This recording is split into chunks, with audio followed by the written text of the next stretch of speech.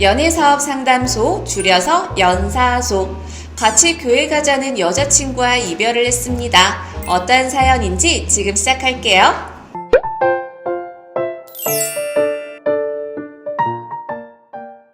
안녕하세요. 노블리TV 메리엔젤 전우림입니다. 이번 사연의 주인공분은 애인과의 어떠한 차이를 견디지 못하고 이별을 하셨다고 하는데요. 무엇이 사연자분을 이별의 길로 인도했는지 들으러 가보실까요? 안녕하세요. 사연자 김부처입니다. 저는 일주일 전에 여자친구와 이별을 했습니다.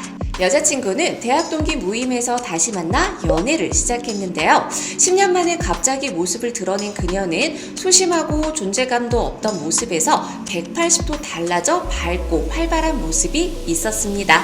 저희는 취향이나 취미적인 부분에서 공통점이 많았는데요.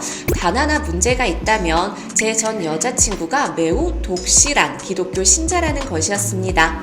사실 연애 초반 그녀의 종교는 큰 문제가 아니었습니다. 하지만 점차 그녀가 제게도 자신의 종교를 강요하기 시작하면서 문제가 발생했습니다. 그녀는 자신이 10년 전 달라진 건 모두 하나님 덕분이라며 언제부터인가 제가 작은 잘못, 아니 뭐만 하면 바로 함께 기도하자며 강요 아닌 강요를 하기 시작했습니다. 사실 저희 집안은 할머니부터 어머니까지 불교 신자로 저 역시 자연스럽게 불교 신자로 자랐는데요. 전 여자친구는 이 사실을 알고 있음에도 제 차에 있던 염주를 치우고 십자가를 걸어두거나 교회 모임에 저를 데려가기 시작했습니다.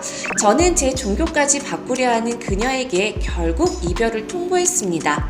하지만 그녀는 이별을 받아들이지 못하고 아직 제게 연락을 해오고 있습니다. 종교 빼고는 큰 문제 없던 사이였고 사실 저는 아직도 그녀를 좋아하기에 다시 재회를 고민하게 되더라고요. 저와 그녀의 종교 문제 어떻게 해야 할까요? 사실 연애를 하면서 상대방과 내가 100% 일치할 수는 없죠. 하지만 서로 그걸 이해하려는 노력이 중요한 것 같아요. 사연자분의 여자친구분은 이해보다는 강요를 하고 계시기 때문에 결국 사연자분은 이별이라는 선택지를 꺼낼 수밖에 없었던 것 같아요. 제 생각에는 그녀가 사연자분과의 차이를 이해하고 받아들이지 못하신다면 저는 재회를 추천드리지 않습니다. 사연자분이 일방적으로 희생하고 그녀에게 맞춰 종교까지 바꾼다 한들 그 연애가 예전처럼 즐겁지는 않을 겁니다.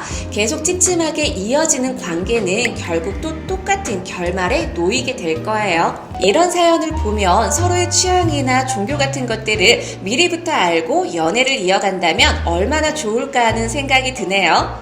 제 조언이 사연자분께 도움이 되셨길 바라며 여러분들은 이런 상황 어떻게 하실지 댓글 남겨주세요.